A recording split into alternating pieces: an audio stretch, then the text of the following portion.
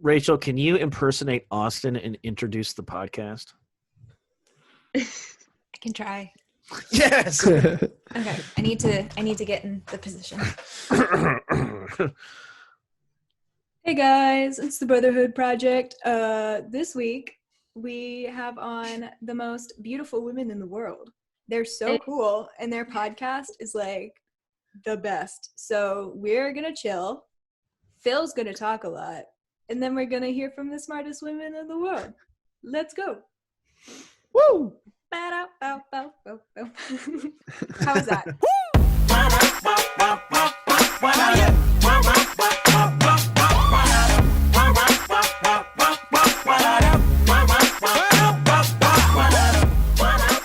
So we are coming to you live, Brotherhood Project, with Both And Hello. in partnership and collaboration. We just finished part 1 on their channel, or I don't know what a podcast show, I guess, on their show. Mm-hmm. Go to Both And to hear part 1. Otherwise, you're going to be a little bit behind. And luckily, we're switching topics right now. But to get context of everything, go check out their show first. And then this is part 2 going up. There's one up Friday. Today is Monday. And we left off with Phil about to launch into a donut topic. He's going to not talk about donuts. Yeah, I wasn't going to talk about donuts. I was going to talk about the fact that if there was a spousal draft, Austin, you would be the number 1 overall pick. For what, like within the context like intramurals or like I don't know, just general like in spouse. general. Okay. Oh gosh, I just hit my table. Yeah. Just like if it was like a spousal draft within the context of your all's neighborhood, you would go number 1 overall. I think so. I agree. I wouldn't marry anyone else in this neighborhood. I have a lot of I wouldn't either. attributes Come on. that are going well for me. Yeah, for those who are going to tune in later or haven't tuned into ours, we were talking about how Austin has more friends at the seminary than I do. So everyone asked me what Austin's studying. And I say me. Yep. That's smart. I'm 3 years into the program. I graduated with my my primary degree. Now I'm going for a master's degree, secondary degree. Started that in June. Really What's your thesis on? What's your thesis? Oh, my thesis, it's just on long-lasting marriage. Longevity. How that works in longevity household. It's an ongoing project. Yeah. Aren't we all? Austin, I just wanted to ask you, because for those that don't know, Rachel's birthday was a couple days ago on the 28th. And in that video, your brother was talking about how you needed to get, actually your whole family was talking about you getting a haircut. Yep. What's the tension there? Because earlier we were talking about healthy tension. What type of tension is there in regards to, because I'm for it. I love it. Yeah. I enjoy it. You can see I'm trying to, support it through my own hair. How do you feel with your family kind of going against it? Well, it's hard to see the full picture when you're watching the progress. Mm-hmm. So they just see, they see it as uncontrolled and wild, and it hasn't been styled or tamed or anything. And yeah, there's a lot of hate out there for the hair. I did shave the beard because it wasn't quite coming in right. We're going to try again until we get it right. But yeah, the hair, they don't see the full picture.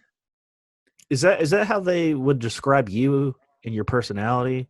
Wild, untamed? Yeah, but I do believe the full picture for me has already been displayed, and it's already, you can't cut me off like you do the hair. Okay, that's fair. How long do you think you'll keep the hair? I don't know, because some days I want to cut it, and some days I'm okay with it going. Mm-hmm. Once the Kentucky June and July kick up, and I spend more time outside, we'll see. I might cut it.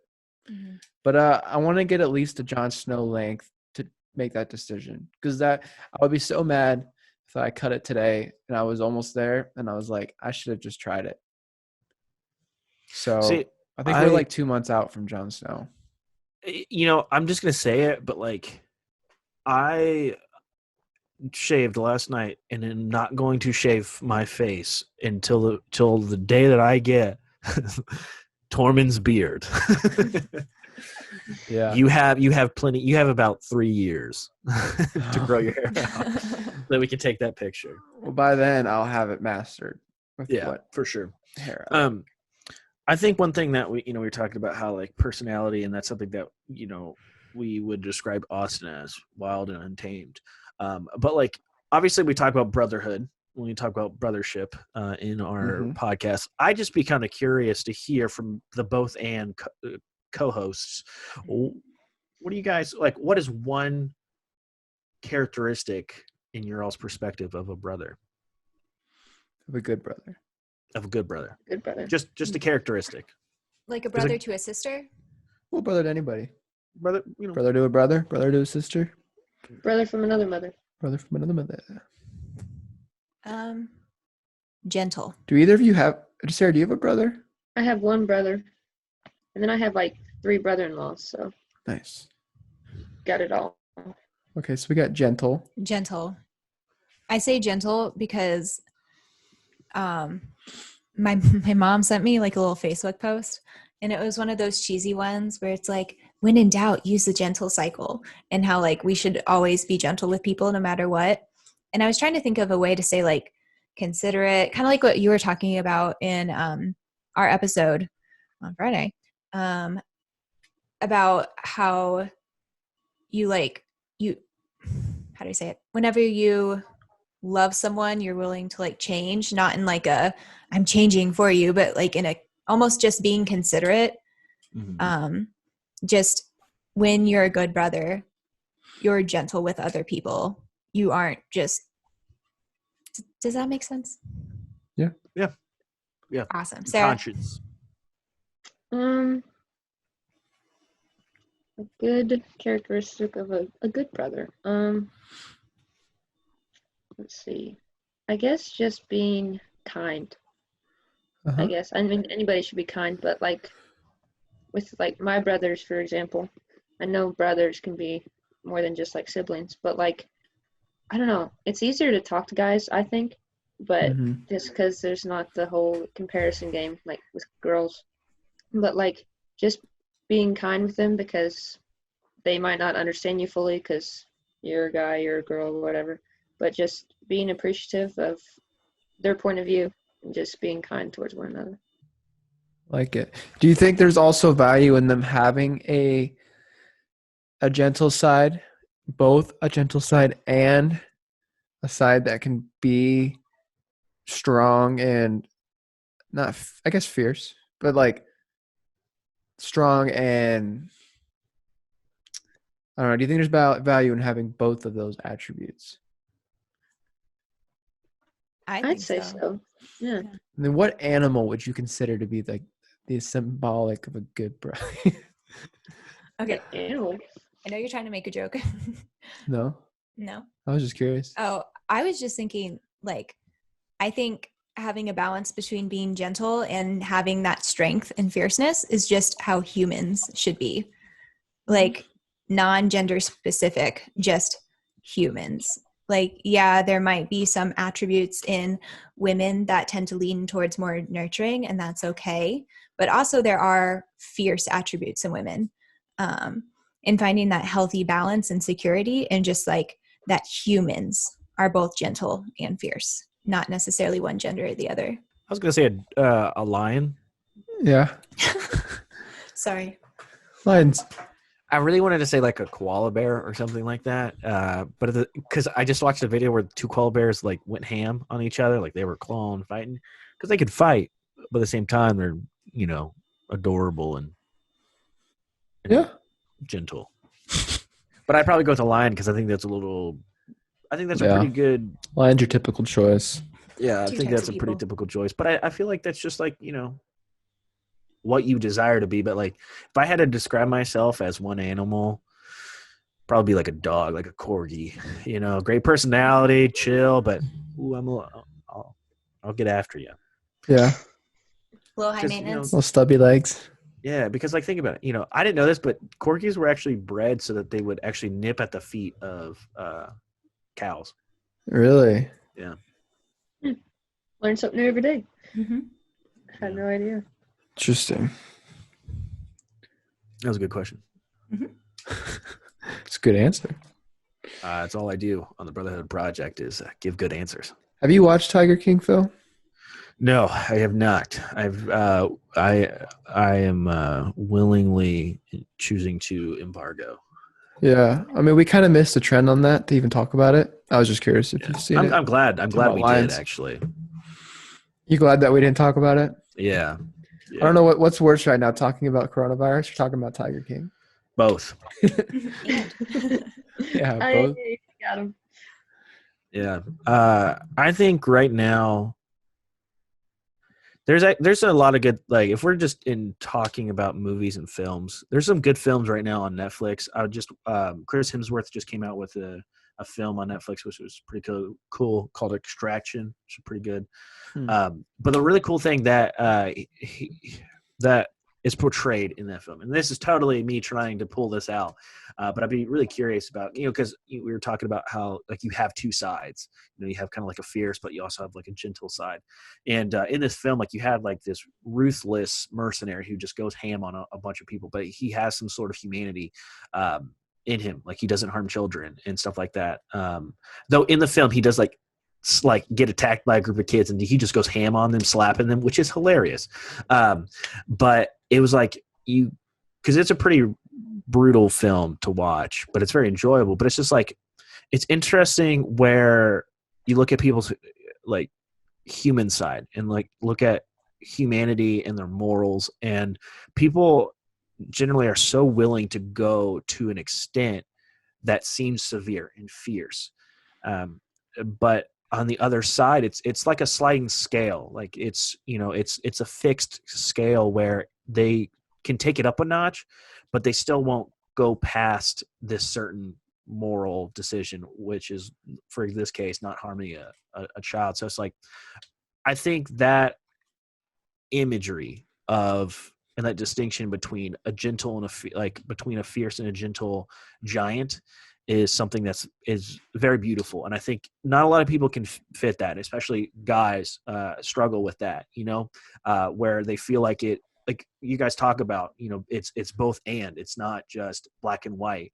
And I think that's what a lot of guys struggle with nowadays. And I just would kind of like to hear your all's thoughts on that a little bit more, because guys struggle with, it's one way or the highway. Like, my dad doesn't like me this way, so I got to be this way. Or, my mom treats me this way, so I have to be this way. Like, so like your parents play a huge part in it. But I think with guys, I think there's that struggle. And I think maybe with, females, it is the same case. But I just think that's a really interesting thing to think about. But I don't know really what my question is, but I would just like to hear your all's thoughts on those distinctions. I don't know what my question is, but could you answer it? Yeah. I think morality is a very interesting topic. So are we talking about morality, or are we talking about like societal expectation is placed on men? I kind of want to go dive a little bit deeper on the topic of like the balance between a fierce and a gentle man. Okay. Because I think the struggle is there's only one way you could be gentle, right, or you could be fierce. But I think finding that line, finding that healthy tension, as we talked about in your all's podcast, and finding that line is really important as a man. And I think that's something that a lot of guys struggle with. And I think there's an optimal way to reach that. And I don't think a lot of guys know that. Yeah. So what is that optimal, what are those decisions? What are those perspectives? What are those thought process and examples that guys need to find that healthy tension? There's like this weird expectation for men to be that gruff, like, the stereotypical, like, push all the emotions down. I'm fighting for my family. That's my only role in life, is to be this like provider and fighter. When like, I know me and Austin have talked about it. If one day we do have boys, like, we want them to understand the importance of like being kind and being gentle, feeling your emotions and expressing them, because it's not just like being a healthy man or a healthy woman, it's just being a healthy person and what that looks like. And we all can have our like likes and dislikes and things that call to our attention, but the expectation for you to like one thing or dislike another or act one way, like the whole only women cry during movies. Like, no, I think it is incredibly attractive whenever a man is secure enough to express their feelings. Austin? I cried during The Walking Dead once. But like, I mean, I say all the time, one of the main things that I love about Austin, one of the things that attracted me to him was his gentleness and his kindness. And in no way does that make him a wimpy guy. I don't think anybody I know would ever describe Austin as a wimpy man. Like, Phil might. he is gentle and kind and loves sports. And He plays softball. Hey, I'll throw some hands on the dirt. You're not taking one or the other. You're not like handing in quote unquote man cards so you can feel your emotions. You're just like adding to your tool belt, and that makes you a more productive member of society. And I think it makes you like a better weapon for the kingdom of God, honestly, in the end of it. The stereotypes get in the way for sure. Yeah. Mm-hmm. Like having to be the macho man. Like, no. Randy Savage. Randy Savage, there you go. Yeah. Did I miss anything, Sarah? What are your thoughts? Oh, I agree. I just think that it's not black and white. So I don't know. It's just important to express your feelings no matter what your gender is. So. Mm-hmm. Yeah, I also just want to preface. Softball, I love softball. I'm not good at it, but Austin, I just think it's hilarious because you grew up playing baseball. Now you're playing softball. Did you ever see yourself playing softball? Well, no, I did. I played both at once because I didn't know that. I played church league while I was playing high school softball because I wasn't allowed to play baseball for other teams while I was on this school team, but I could play softball for other teams. No, I mean if they had church league or community league baseball, I'd play that. They don't. They just have softball, so I'll play softball. Mm-hmm. Just let me hit something with the bat and I'll play it. Yeah. No, I think that's good. I played a little bit, and it's funny. I always seem to run over people. Like I don't think I understand base running. Yeah, I took out an old guy's legs last year. Probably wasn't the greatest thing. I was safe. I ran over a guy twice. It was. I was like, why are you on base? Why are you standing? Like, he's literally standing on base in my way. ESPN's not top 10. No, this older guy was like covering home plate, and I slid in and took out his legs, and all I heard, he was probably like in his 60s. All I heard was his son who was pitching. He goes, "Oh no, Dad!" I'm like, I look up the umpire. He goes, I love it. I love it how like we can have like a this is what I love about Brotherhood Project is like we'll have like a in-depth conversation and it's just like really, really good. And we're like, man, this is a really good topic. And then just like a split second, it will change. God.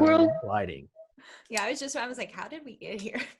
Yeah, I mean, welcome to my brain. So that's how it rolls. Phil, what did you have planned this summer? Because teachers have summers off, and right, they have the best jobs ever. What? I know it's pretty darn awesome. I don't actually have much planned other than working. Hopefully, my brother texted me a couple days ago, and we might do some yard work on our parents' house, which would be really fun. Oh, nice. Because we like growing up, like our yard sucked, and he like texted me a couple days ago, and I was just like, like don't really want to do it, but at the same time, I'm like that would be pretty fun, and also give me some time to like spend some time with him and family and all that stuff. But you'll move back. I'm sorry. You'll move back. No. I won't move back. The I summer? like it here in Louisville to that extent. But I think small things like that, just developing myself as an individual, working on yard work, but also I really want to get into woodworking, but I don't know how far I'm going to get into it this summer. But there's a possibility because I know summer, like with the new plan coming out, opening up things. Summer camps isn't going to open up pretty late, and so I might help out just a little bit, do some camps here and there, because they're going to need it. They're going to need help, and I think it's just a great thing, like especially with everything that's going on. Like if we can still do some weeks of camp for some churches, I think that'd be really great for some of those kids. And so I think being a part of that would be really good. You'll have the most kids with the most energy of all time. Yeah, and I don't know if I'm ready for it. But no, I think it'd be really good. Yeah, what about you, Sarah? Is your life going to change much over the summer, or are you going to keep working and doing school? Just keep working, and we have like 2 more weeks of school, and then get 2 weeks off, and then start summer classes. Yeah. So it'll be some online school for the win. Yeah. I was telling Rachel, I was like, by the time, if they go summer school online, half of your grad school would have been online already. From fall to spring, and now you're doing half of spring to summer. That's half of your grad school experience that just got taken online. Yeah.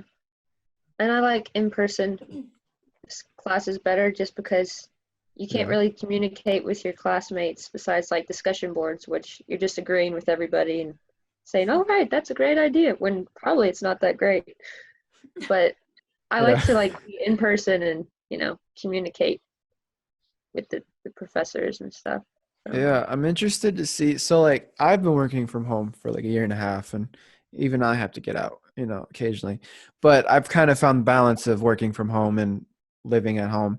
How have you guys noticed it's been different when your whole life is now at home compared to having the separation of work, school, and home?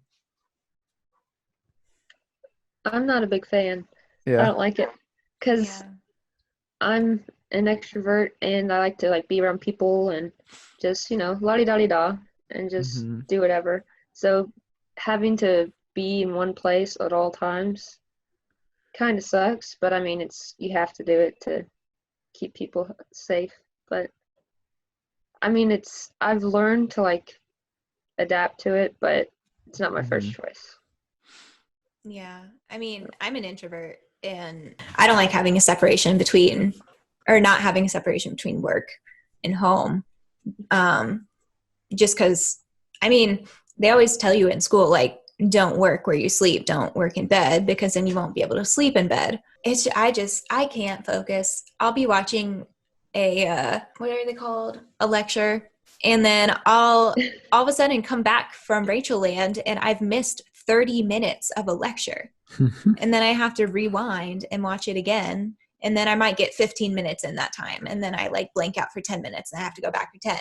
And it takes me so long to be able to focus because I'm just sitting there watching a screen and I don't have the real experience. So I'll be fully engaged 1 second and in a handstand the next second and in the kitchen the next minute. And if I try and sit down at a desk, I'm just so uncomfortable. I can't focus because of that. So I'm just chugging through.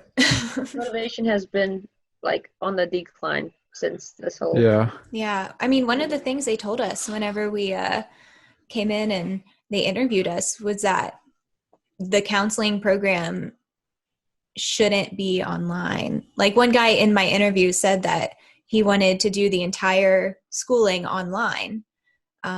And the professor basically told him, this might not be the profession for you then, because really you should be doing counseling training in person. And I mean, luckily we got to do our counseling class in person last semester. But I know there are students who are they're literally already having to adapt to telecounseling without even having any counseling experience whatsoever. Which on one hand might be easier, but also it's a completely different experience in person. Same concept, same idea, but you don't have that like face to face. Like I would never want my very first counseling session to be in person after training online the whole time. That would just be terrifying. Yeah, especially like that class we had, the process and skills class, where we had to like have groups to like practice with each other. Like that would be really hard to do online, and like in like Zoom or something. Yeah. Luckily, we have good professors, so it's not like the program's gonna be spitting out ill-equipped counselors. It's just harder for the students. Right. Sorry, that was a little tangent, but I hate it. I do not like online school. Yeah.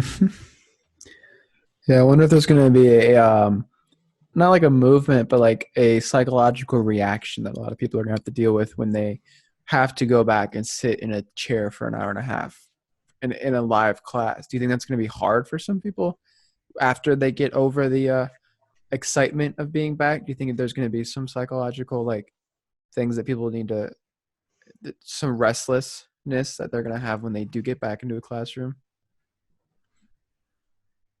I mean, probably. Yeah, just having to get used to being like, professional and back to it instead of being in your pajamas doing homework. Yeah, I mean, that's probably that one. Yeah, it's probably just a smaller thing that people are going to have to deal with on a larger scale of just trying to go back to a life where you occasionally shake hands with somebody or hug somebody or like be near someone that, it's going to be a year or so before people are even comfortable doing that. I mean, I was just thinking about this earlier. I was just like, I don't think I've heard your voice, Austin, in person for almost 2 months now. Yeah. And I'm not trying to get emotional here, but like, I think it's going to be an awesome moment. I'm like, dude, that's what you sound like? You're real? I've only heard you on Discord. I've only heard you on Zoom. And it's just like moments like that. I don't think there's going to be like a huge psychological repercussion to that, but I think it's going to be very interesting to see how deeper relationships go from here. And I'm really excited about that. I'm really excited to see how much more impact connections will have, deeper rooted, stronger, because people are going to actually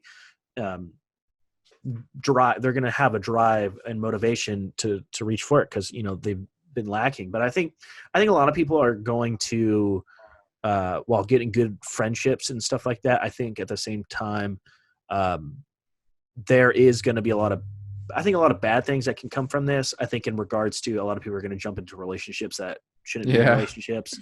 And I was talking to somebody, it's just like, yeah, we're going to get like a huge spike of relationships, like after everything opens up, and then a huger spike of breakups like 2 months after. Oh yeah. I do think there's going to be a big divorce curve that's coming. Once people, I mean, I don't know if you can get divorced right now. I think you might have to wait.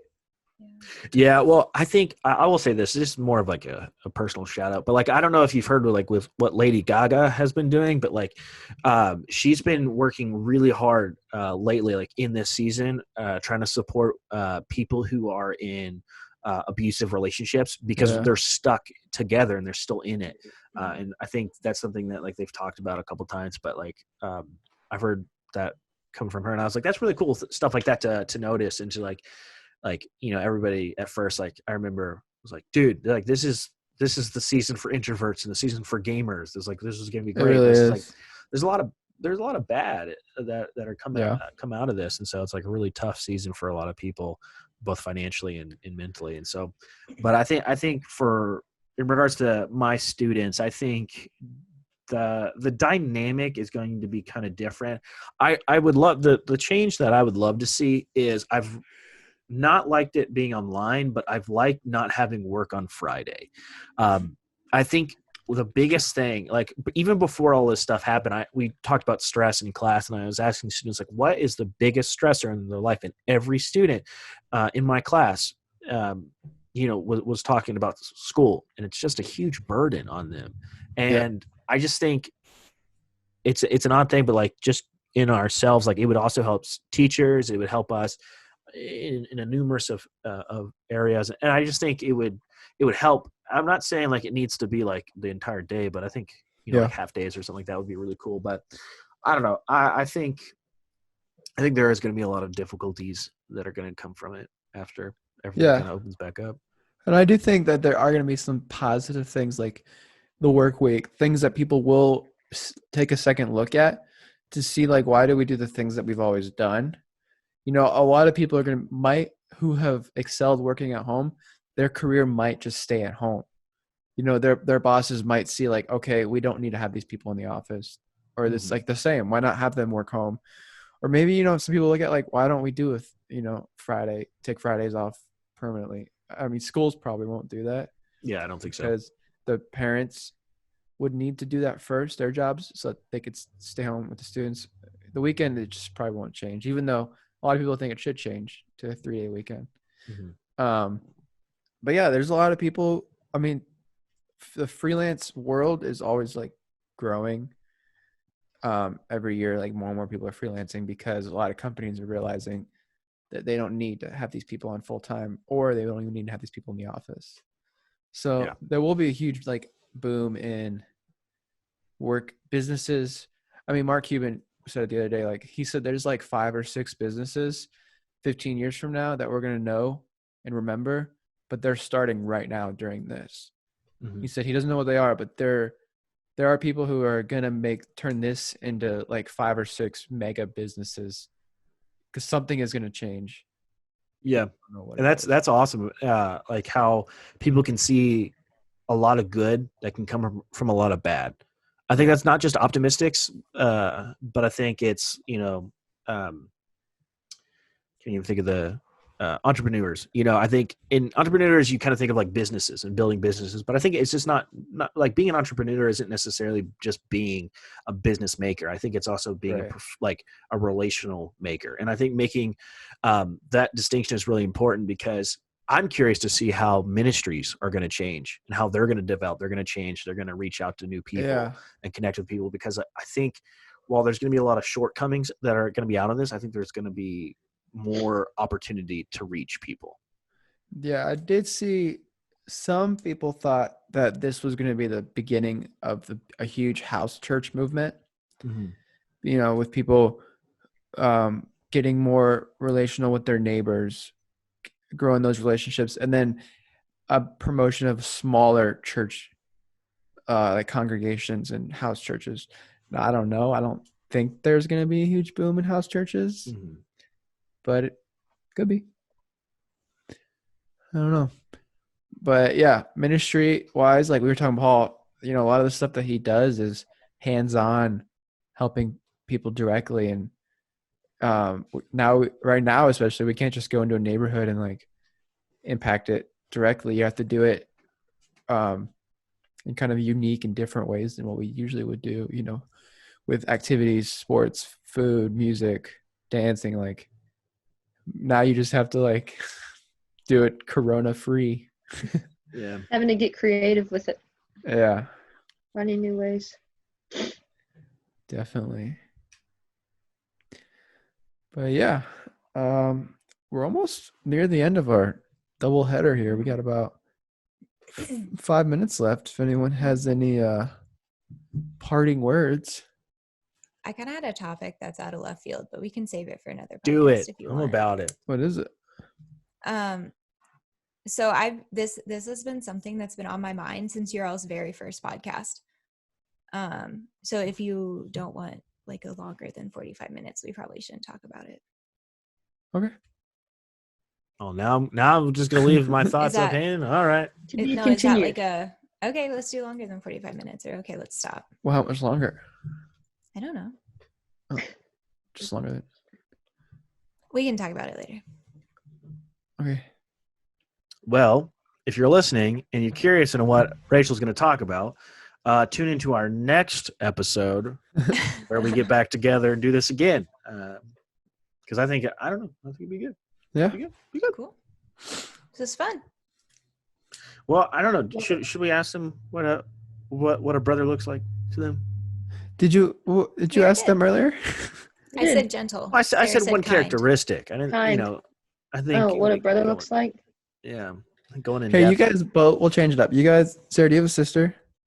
I do. I have 5. 4. That's right. I don't, You have how many do I plenty of have? experience. So many. She's a twin Yes. sister. Oh yeah. Paula Dean. You guys both have sisters. And oh wait, no, it's Dolly Parton. She likes Can't wait to tell her that one. Yeah. Oh, my gosh. Same people from the same Paula state. Dean. Hi, y'all. I guess each of you, what does it look like to be a good sister? What does a good sister look like to you? What are your favorite attributes of your sister relationship? That's a good question. Do I get an answer? You don't have, if you want. You Okay, got plenty So of what does sisters. it mean to be a sister? I don't actually have a sister, so I don't really know. I mean, I have sisters, but they're like non-blood sisters. Yeah, I have multiple sisters. Sisters from another mister. that's right. Yeah. I guess, well, all my sisters, I mean, everybody's different. So I feel like each sister brings something different to the table. So, I don't know, it's hard to, like, put it in one word. But, Right. like, just being present, Mm. you know, and, like, being able to openly communicate with one another and just being there, I guess. Yeah. The first thing that came to mind whenever you asked that was that one thing that I just said like offhandedly, and it's kind of stuck with us for our whole like friendship. You remember whenever I like flippantly said, friends don't take Thanksgiving breaks? That's my favorite thing you've ever said. Because we were talking one time and it was like at the beginning of our friendship, and if you're We not were in the car. No, I remember we were in the car. It was like the first time I ever was like, hey, can I talk to you about something? And I was really nervous because I don't like to like, talk about myself. And you're like, yeah, you can talk to me. Friends don't take Thanksgiving break. And it's like, tell that to my other friends, huh?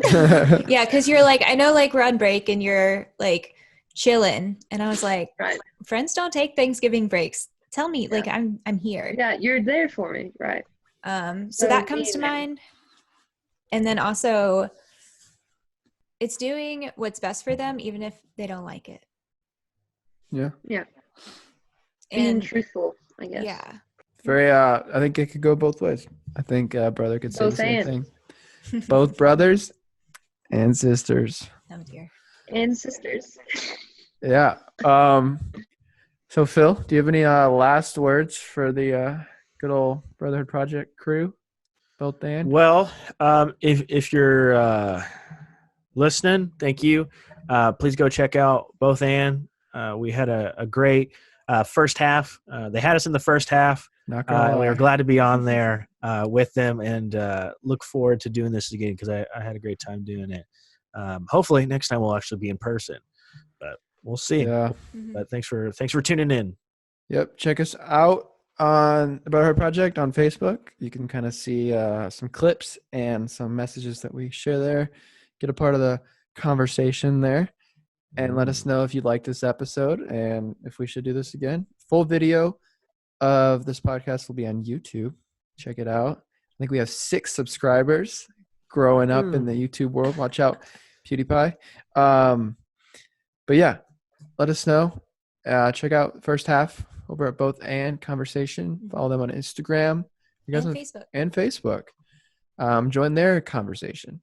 Mm-hmm. So yeah, until next Monday, we will see you guys and have a good week. Get to the top, gotta start from the bottom.